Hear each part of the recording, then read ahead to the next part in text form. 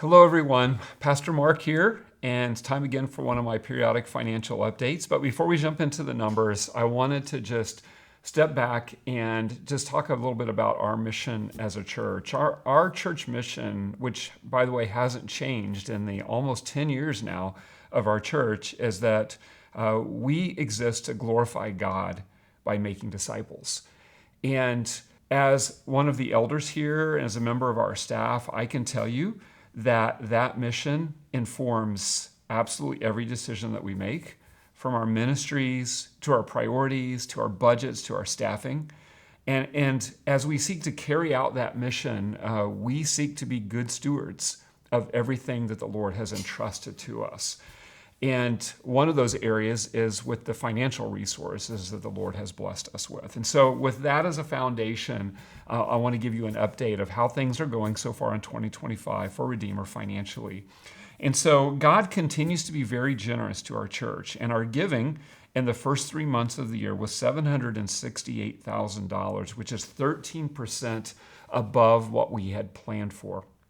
Our expenses were 3% above what we had planned, but most of that overage was just due to the timing of some of those expenses. And so the net impact of all of that is that we have had a net positive cash flow of $108,000 through the first 3 months of the year, which brings our total cash balance as a church to $2.6 million. Now, we keep the majority of that money in a money market fund, and then also in short-term treasury certificates. And the reason we do that is we are trying to maximize the interest rate that we're earning on that cash while also safeguarding it and keeping it relatively liquid. And just to give you an idea, in the first 3 months of the year, we've earned over $23,000 in interest just on that cash based on how we've managed that. And one of the things I talked a little bit about last time is like, what are we going to do with all that cash? And so we continue to look strategically about how do we use that wisely. Right now, we're earning more interest in that cash than we are paying on our mortgage. So we're happy for now to kind of keep it where it's at.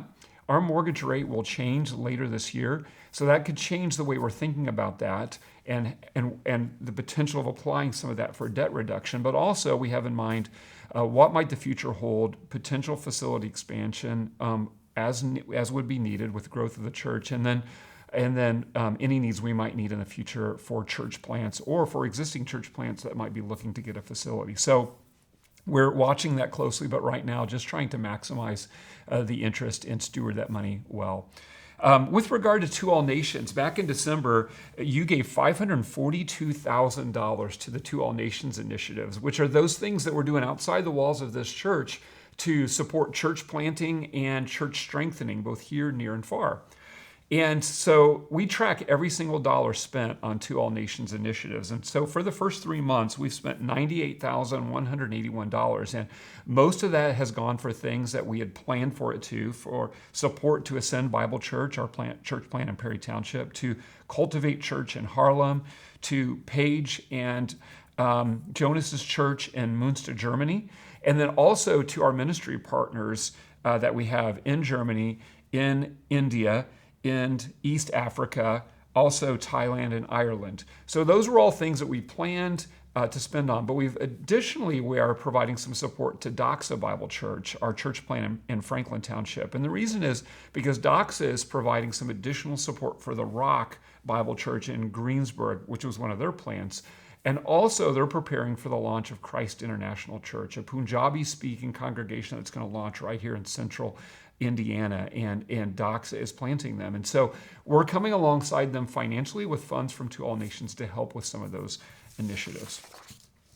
Now, before I close today, I just wanted to say a quick word about tax-advantaged giving options for Redeemer. And specifically, if you're someone who owns stock that has appreciated in value, or if you are 70 and a half years or older, years of age or older and have an IRA, there are some giving options that are available to you that are tax advantaged and would be financially beneficial to both you and to the church. So I just say that because if you're someone who falls into one of those categories and you're interested in exploring more about what that might look like, I want to encourage you, just email me.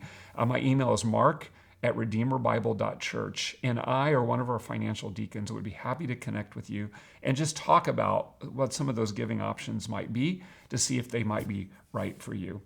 And so I just want to close by thanking you for your continued generosity to support the ministries of Redeemer Bible Church, which is enabling us to carry out this mission to bring glory to God by making disciples here, near, and far.